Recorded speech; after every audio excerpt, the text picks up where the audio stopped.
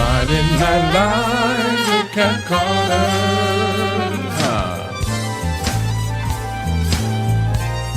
Get ready, set, let's go.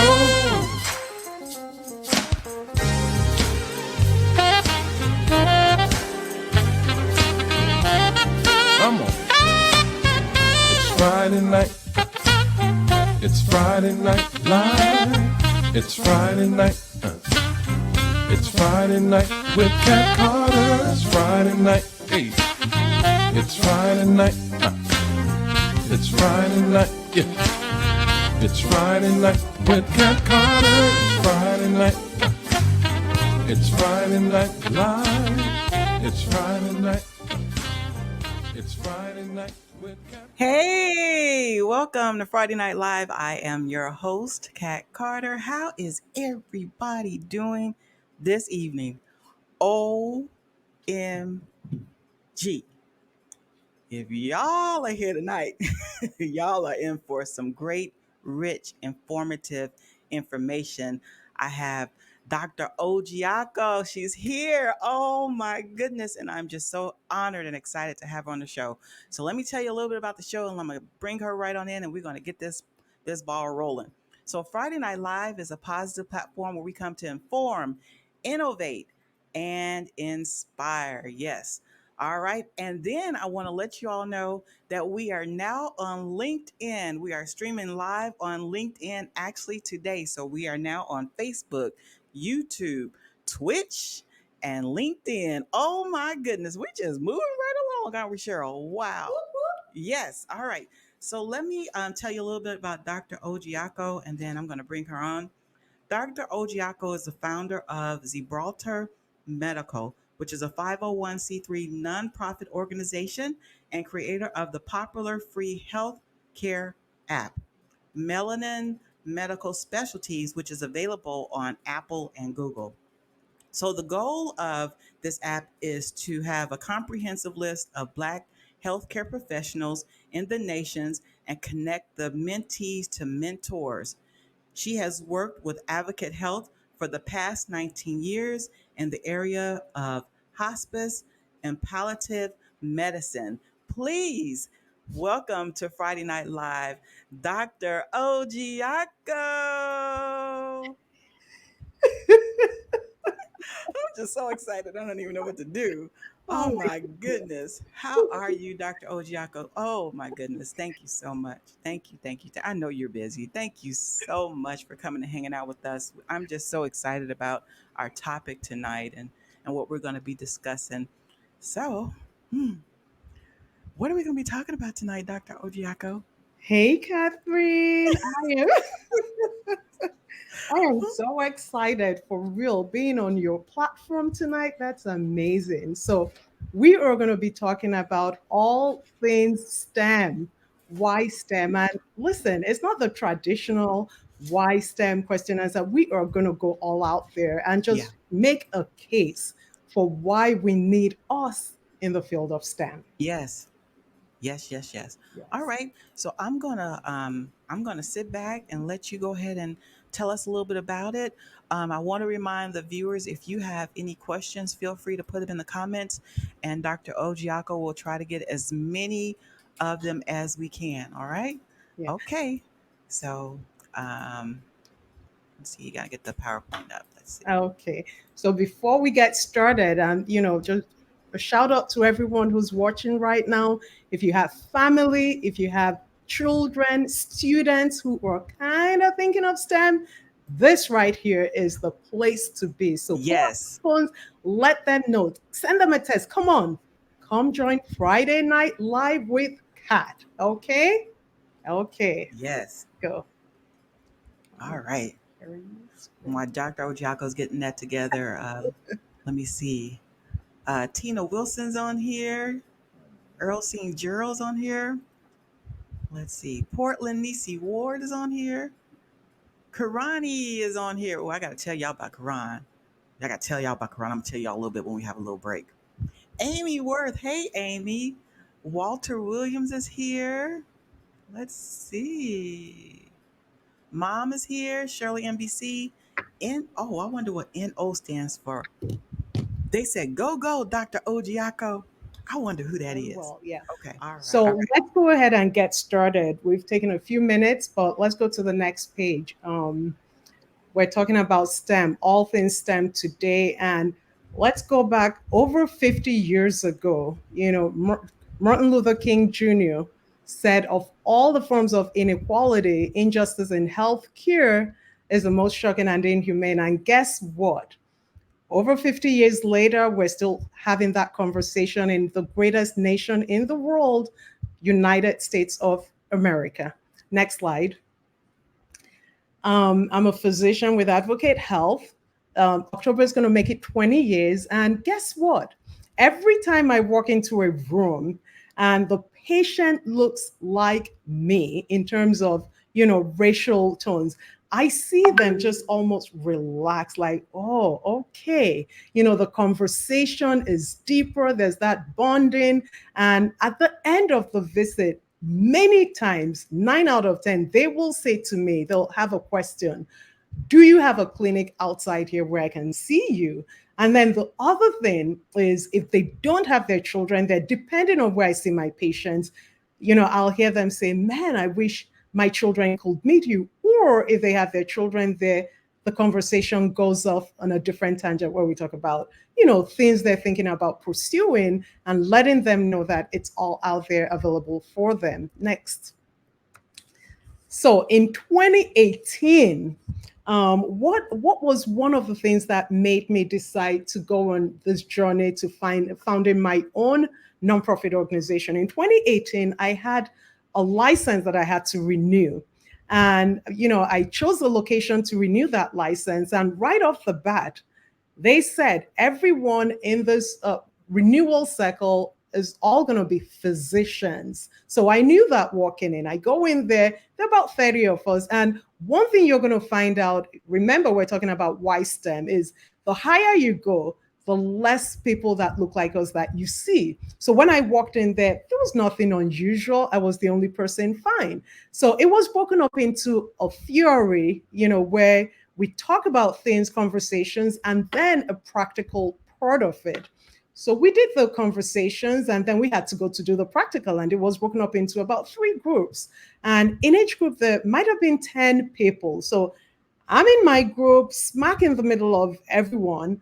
And the first person goes on, second, 3, 4, 5. I'm number 5 or 6. And when it comes to my turn to do the practical aspect, the lady looks at me and she says to me, "Are you a doctor?" And I thought to myself, no other person had been asked that question. At that time, I wasn't even thinking too much, but later I remembered they said it was a physician only class. So I looked at her and said, yes, I am. And I went on to do my practical. And then I stopped. I was a little older then, way back when I wouldn't have, like tried to kick the bucket. But this time I stopped a little bit and started to look to see what was different about me that I got that question. Now, would any other person in the group be asked the same question? So they went on, boom, boom, boom, all the way to the 10th person. No one got that question. It was just like, then as she was doing this, I said, okay, maybe they have name tags and I don't have mine. Maybe that's what it is. So I looked through. Only one person had their name tag. And the reason I knew it was a name tag was I knew what our name tags looked like. That guy had it tucked into his pocket. You couldn't see it. You could just see the upper part of it. And because I knew what it looked like, I knew it was a name tag, but that was the only person in our group. Then I thought maybe it's the way we're dressed. I had on a pair of denims, a nice shirt.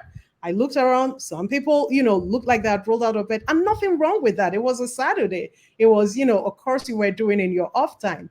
So it was none of those things. So everyone went out to leave. And, she motioned, we were done. It's time to go back to your seat.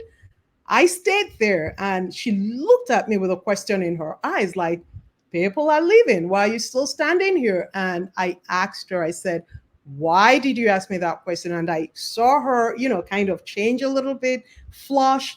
And she said, because they told me there was a PA, a physician assistant in the class. I'm thinking, I thought to myself, a PA, that's great. But no other person got asked that question. Well, I went on to do the test, finished, passed, and left. But then from that, I started to think about all the different things, unconscious bias, things that people face on a regular basis, and how it can rear up its head. So why did she have that unconscious bias? Let's go to the next slide and we'll talk a little bit. What are the numbers? Well, we're talking about why STEM. Black doctors are less than 5.6% of the nation's population. Black APNs, less than 4.7%. Black dentists, less than 3.8%. Black psychiatrists, less than 3.9%. And Black therapists, less than 4.1%. So you see that we need more Blacks in STEM, period. We're heavily underrepresented. And when we're not seen, the assumption is that when you come in, you are not the expected. Next. So, is there a problem? And I'm going to leave you to answer this. Now, Black people out of every race in the nation have the highest rates of infant and maternal mortality. I'm going to share the story of Shalon Irvin. She was a Johns Hopkins Bloomberg School of Public Health alumni. She was an epidemiologist at the CDC, and she was working on a research aimed to address health disparities in the nation. Well, 3 weeks after giving birth to her daughter Solel in 2017, she died. Prior to that, she had had a cesarean section, she had had high blood pressures, had severe headaches, swelling at the CS site, and lower extremity swelling. And she had gone many times to the hospital. And each time they sent her back home saying, oh, it's normal signs of, people postpartum. And eventually she slumped in her kitchen floor and eventually died. Well, she had private health insurance. She was educated. She had everything that, you will think, quote unquote, that you needed to be taken, just to have your concerns heard and be evaluated. But everything she had did not protect her from some of the things that we as Black people experience in the nation. Next. Now, why STEM? There's been a study by the Health Resources and Services Administration, and it concludes that there's a 30.6 day, that's a full month, greater life expectancy among Black people when there's a 10% increase in representation by Black primary care physicians. Also, we have higher rates of premature death than white people, and we have worse health outcomes across board.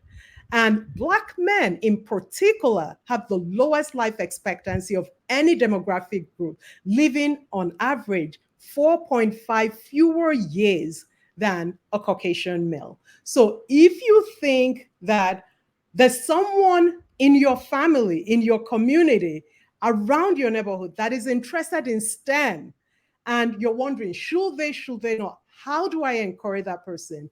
There are 1,001 reasons why we should be vested in our children, in our community, deciding to pursue careers in STEM. Next slide. Now, as we go on to the next slide, the question is, do Black doctors matter? Well, there's a 50% reduction in infant mortality rate when we have a Black child cared by a doctor of the same race. And for Black men, 47% of them are more likely to take their diabetic medications. 72% of them are more likely to get their cholesterol screening. 56% of our men are more likely to get a flu shot, and 19% reduction in cardiovascular mortality when you have a Black primary care physician. So the numbers, next slide, the numbers speak for themselves, and it's clear that there is a need for representation in STEM. Now, let's look at the patient's perspectives. As a nurse, this is a nurse saying this, we're taught that there's an inherent distrust of the medical field by Black people, and that is related to experiences time and time and time again.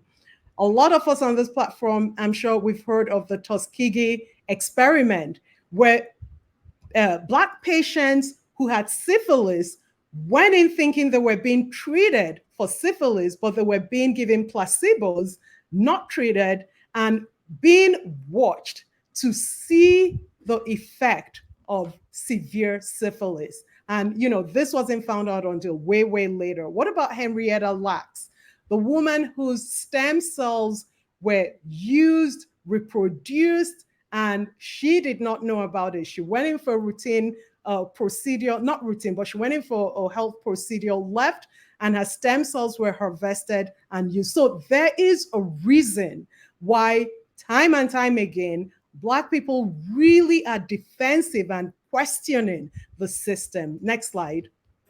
Dr. Ojiako. Yes. So we know a lot about Henrietta Lacks on this platform because Oh, every year I give away her book oh wow. because it's very dear to me, just her story. Yes. And I think now the family is just now getting some Settle.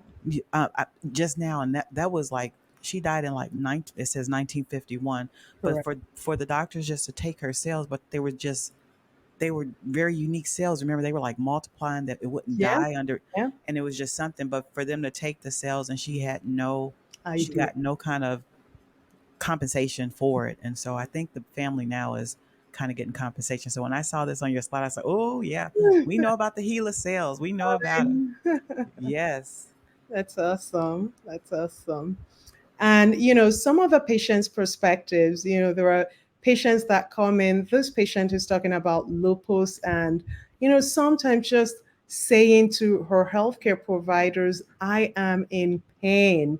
And sometimes not being taken, her pain symptoms not being adequately managed. But when she's with healthcare providers that have had that experience in their home, they're more likely to take those symptoms seriously.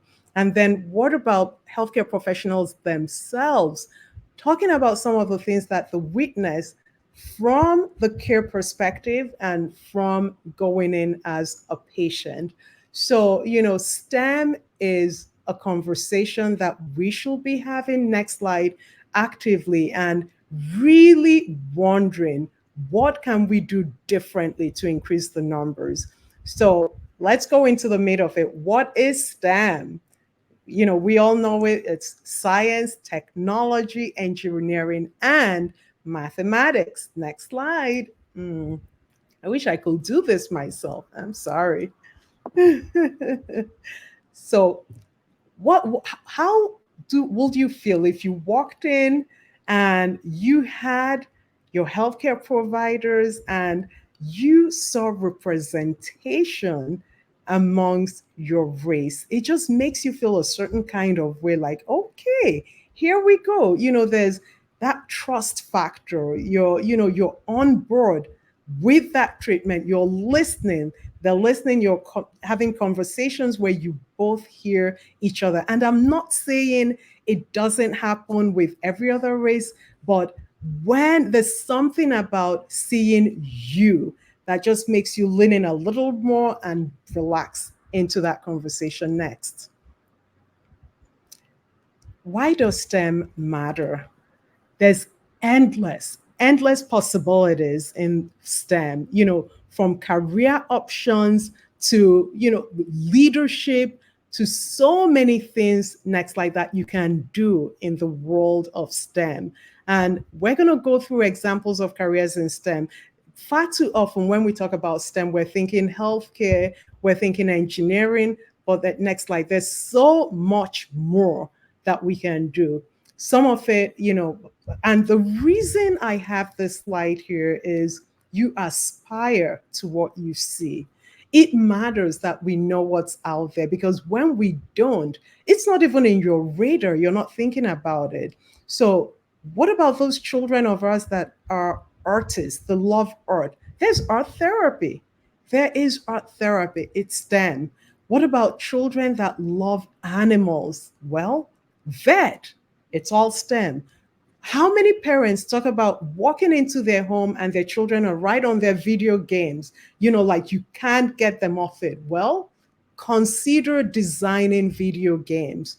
What about those children that love to teach and they're always, maybe they're an older child that is always crop-siding a younger one? Well, you can teach in STEM. What about therapy, physical therapy, music therapy, hearing aid specialists, a dental hygienist, the list, paramedics, the list goes on and on and on. Software developer, chiropractor, there's a whole world of so many different things you can do. Next slide.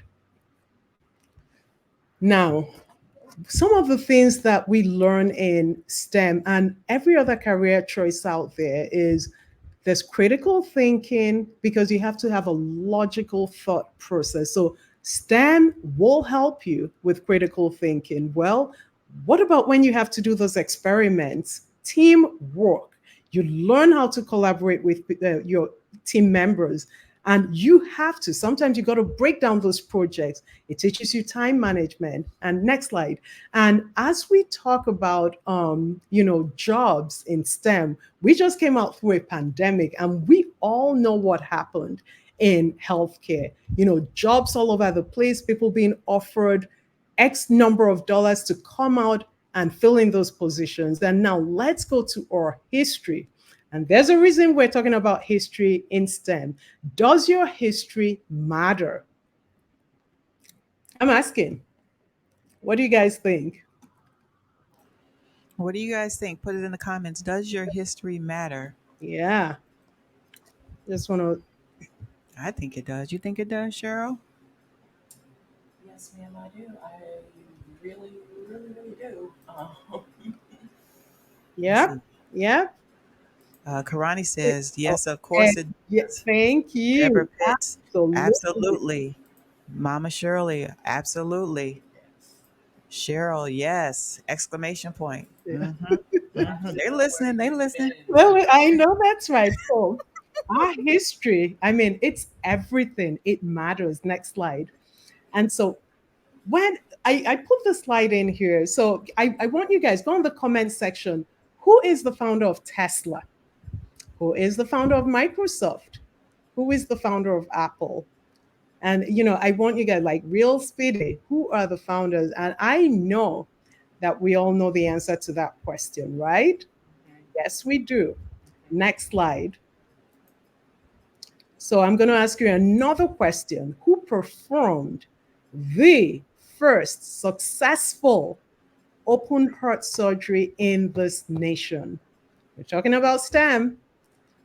Who Oh, wow. performed the first successful open heart surgery in this nation? My guess, Okay, my guess is giving you guys a Ojiako. little bit of time. So let's see. Anyone coming up with the answer? Who performed the first successful open heart surgery? Come on, guys. Comment, comment, comment. Okay, we got somebody. Daniel Hale Williams. Yes! Woohoo! Shirley, you go. Yes. Let's go. Yes. Well, good, good. We got that now. Let's go to the next slide. Okay. And the reason I put this in, our history matters. In 1893, Dr. Williams, yes, we need that foundation, absolutely, became the first surgeon in America to perform a successful open heart surgery on a human, Black American, here in Chicago at Providence Hospital, right down there by Hyde Park in Wow. summer of 1893. And the reason this matters is when you know your history, you walk with your head held up straight, knowing who you are. When you enter a space, regardless of where you walk into, if you know your history, everyone is not going to like you. Some people might want to put you down. But when you know what stock you come from, you know that you are well able. Next slide. So, still on the history, these two pictures. Do we know who they are? And that's okay if we don't, because I had to do a little Googling for the one on the left. The guy on the right, yep. Let's go to the next slide. And that is the lady is Miss Colbert. She was part of the people that developed Moderna COVID-19 vaccine. Kismaker Corbett, Moderna COVID vaccine. And then Robert Smith, I'm sure we know him. Remember a couple of years ago where he was asked to give the the speech. I think it was from Morehouse College, and he ended up paying all the student debt I for remember all that. this. That's him, Robert F. Smith, the founder, chairman, and CEO of Vista Equity. So it matters. History, history, history. And in the world of today, where let's go back a little bit. I'm Yeah, sorry. you're right. You're right. You're fine. And in the world of today, where everything is available to us on Google, I want to encourage everyone listening today, once a month, at the minimum, learn something about Black history, something that empowers you, something that encourages you along your journey. Next slide. So, STEM, was it easy? Is it going to be easy? Absolutely not. There are days you're going to wake up and ask yourself, why on earth did I decide to go on this journey? But guess what? Your history, your tribe is going to help you. As I sit here today, I've done many different jobs. I worked at J.C. Penney. I've worked at Giordano's. I've worked at Marshall Fields before it became Macy's. And the list goes on and on. And it was not easy. I had to go there, stand 8-hour shifts from start to finish. So the question is, what kind of herd are you going to choose? What kind of herd are you going to choose? STEM matters. Next slide. Finally, I leave you with this: find mentors, find your tribe, look for people that you're going to shadow, and connect with agencies making a difference, wanting to empower our community. Next slide. And one of those agencies will be Gibraltar Medical. We have a free healthcare app. Go ahead, download it. You can connect to mentors on that app. And STEM matters. In 2023, in America, there's so much we can do. There's ways we can help our communities. There's ways we can improve healthcare outcomes, and there's ways we can increase trust in the healthcare system.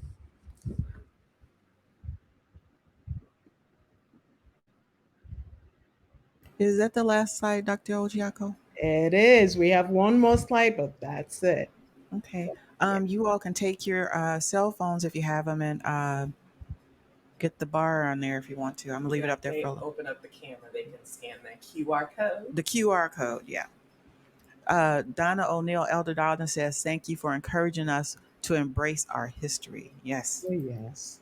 Thank So you. we are opening up for questions. Please, questions, comments, put them in the chats, please. You can do that right now. This was very informative, very, very interesting. Um, um, v, I'm not sure what that means. Okay, so this was very, very, very, very informative, and I was very taken back by the statistics of when you look at the different when you look at the doctors and stuff. Yeah. That was very alarming, and also when you talked about the men and how just having a doctor that was the same race as them, it increased the numbers. I thought that was very interesting as well. Yes, they are enjoying this. Look at this. Look at this. Look at this. Thank Look at this. you. Very informative. I enjoyed her story. Very, very nice. Thank How you. did you come up with your organization name? Oh my goodness, I love I that was curious about that question. too. Hmm. So that's a thank you, Shirley, for asking that. So zebra, for the stripes and the zebra, because in our community we're all different shades and hues, so that's where the zebra came from. and the altar is my faith. So putting it together came up with Gibraltar. Oh wow, that's really cool. Yeah. What is the difference between hospice and polit- palliative Native. medicine? Native. Just so Oh, that okay. they know. Yeah, am I saying that Okay. right? Oh, yeah, you are. That's a great question. So, when we talk about hospice medicine, it's, medicine tailored to patients that we think have 6 months or less to live. Well, we have patients that go on to, stay for about a year, a little more than a year, but they still qualify for hospice because of all the disease things going on in their lives. However, palliative care is really patients with chronic medical illnesses that are not looking for hospice care, end of life care, but need that extra support where they have a nurse practitioner, a physician that takes care of those chronic illnesses even as they continue to seek aggressive treatment. So with hospice, it's end of life care. You're no longer seeking aggressive treatment. But with palliative care, you're getting that extra care, but you can still continue to seek aggressive treatment. Yeah. Hmm. So that's the Okay. big thing. Okay. Are there any other questions? Okay. I need to take one quick break and give a few announcements, and then we're going to come back to Dr. Ojiako. Dr. Ojiako, do not go nowhere. You all get your questions together. Okay. Okay. Let's see. What am I doing? Because we still have one more screen. We have one more thing on the slide, don't we? Yeah, but it's just really empowering people. Correct. Okay. Yes. All right. So I will be right back. I think I'm gonna leave it right here. Hold on. Let me see. Yes, I'm gonna leave it right here.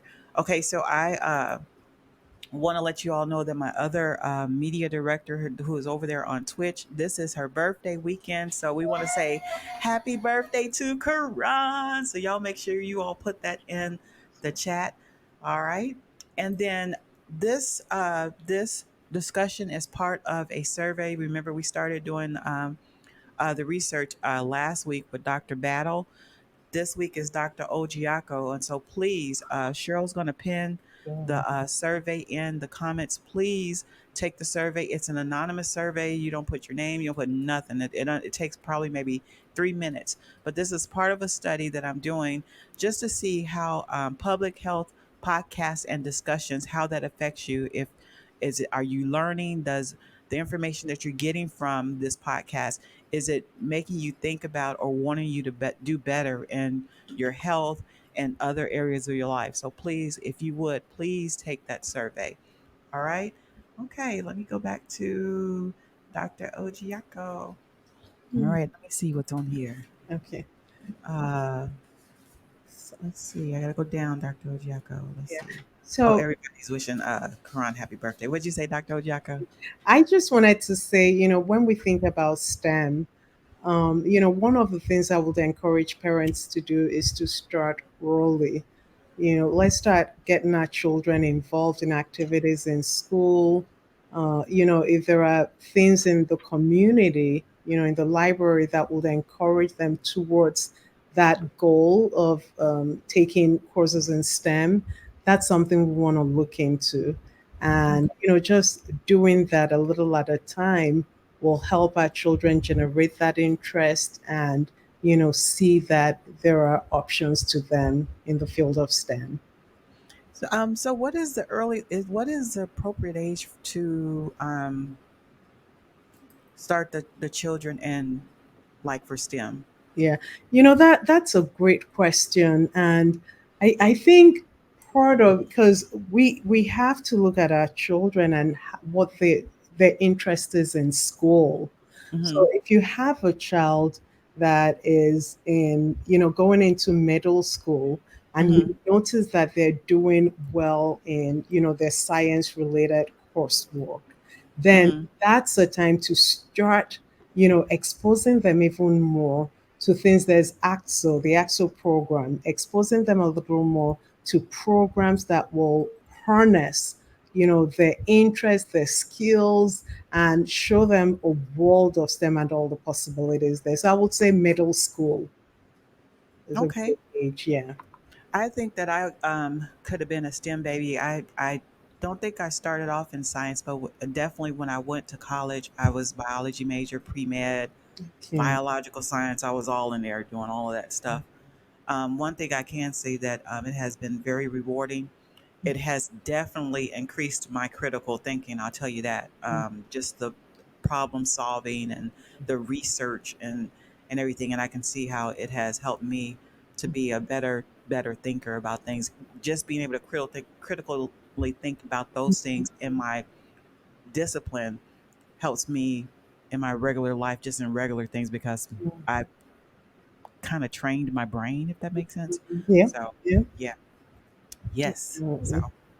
all right. Did you put the Okay, let me see. Cheryl, let me see if I put Oh, the oh, I see where you put it. Okay. survey. She's gonna put the survey, and I need you to kind of pin it if you can so they can just click it and get it. All right. Dr. Ojiako, do you have any final words or anything that you like to say? You can do that right now. You can get some shout outs. You can do whatever you want. So shout out to No, who was like, "Hey, Dr. O." Yeah, do Okay, you know who that was? I think I do, but but the one thing I want to say though for our viewers is leave your purpose, whatever that is. STEM isn't for everyone. For those who are interested in STEM, definitely go for it. And sometimes you don't pass the first time. That shouldn't stop you. There are tests that I've had to take more than once. And, but it's not about failing, it's the ability to get up and keep going. So Yes. remember that. No, let's know our history because that's going to help us, as we navigate our future. Okay. I have Dr. Ojiako's website at the bottom of the screen. You can always reach out to her there, find out more about the app that we are talking about. I think that's an amazing app that you have created. Thank you. So you all can find out more about that. Um, all right. I don't think I have any more questions. So, what did you all think about the podcast tonight? I was like, whoa, this was good. Oh, my goodness. This was really, really good. I mean, this is one of the topics that you don't hear discussed a lot. I mean, you see, well, we can see it because we're in the field, but it's not on the forefront and it's not talked about. And I wonder if there a cause for concern because we don't attract a lot of students or a lot of kids to go into STEM. Like, what does that mean for our future? I mean, what is that as African Americans? I know STEM as a whole, even with that, as I was reading it just to prepare for this, STEM careers help us to be competitive with other countries. So it's major. It's a major thing. Let me see. Much needed topic, Dr. Ojiako. Yeah. You Do know, you know? Do you know who that is? Ochi on. Am I saying it right? I I know who that is, but she's a friend of mine. Thank you for jumping up Yes, into yes, it, yes. leaving that comment. But what I did want to say, Catherine, is that currently in America, less than 7% of Black college students graduate with degrees in STEM. So, piggybacking on what you said, you are spot on. It's a crisis at this point. And, when we look at the future of STEM, when we look at where we're headed as a nation, as a world, STEM is at the forefront. And Hmm. if we want to stay competitive, not just as a nation, but in our communities, we have to be intentional about having conversations like this, but even doing more than the conversation, going out there to schools, to community, our churches, and letting families know there's space for us in science, there's space for us in STEM, and our children who are interested in it, let's empower them, give them the tools they need to go out there and succeed. And the other thing I want to say is why this matters. When we talk about that, that's why the app is so relevant. Yes. When you go on the app, you're going to see a variety of Black healthcare professionals. You're going to see their pictures on the app. You're going to see the success tips that they leave. And for those who have a mentor badge, you can email them through the app and get your questions answered on STEM and career options. And what does that do? It matters that we see ourselves. Representation will always matter. When you go out to the hospitals, we talked about this. There are pictures and pictures on the walls of the hospitals. Far too often, you will not see someone from our race in on those pictures on those walls. And what that does is, for people who are not in the field, when you don't see yourself, it's something you're not considering. So Yeah. less than 7% of Black college students graduating with degrees in STEM, I think it's a national crisis. And we have to be intentional about doing whatever we can to change those numbers. Yes, yes. Elder O'Neill says programs like yours is richly needed because our culture is fading or falling behind. Marilyn Thank says you. wonderful information. Thank you. Thank you so much. Thank you. Thank you. All right. Well, if there are no more questions, we want to definitely thank you, Dr. Ojiako, for giving of your time and coming and hanging out with us on the show. Oh my goodness, I know that you're very busy and you could have been doing anything else but hanging out with me. But we really appreciate you coming and explaining to us the importance of STEM, especially in the African American community and the crisis of we need to encourage, especially if we have a young one that really likes those areas, to really push them and mold them and help them to be STEM students.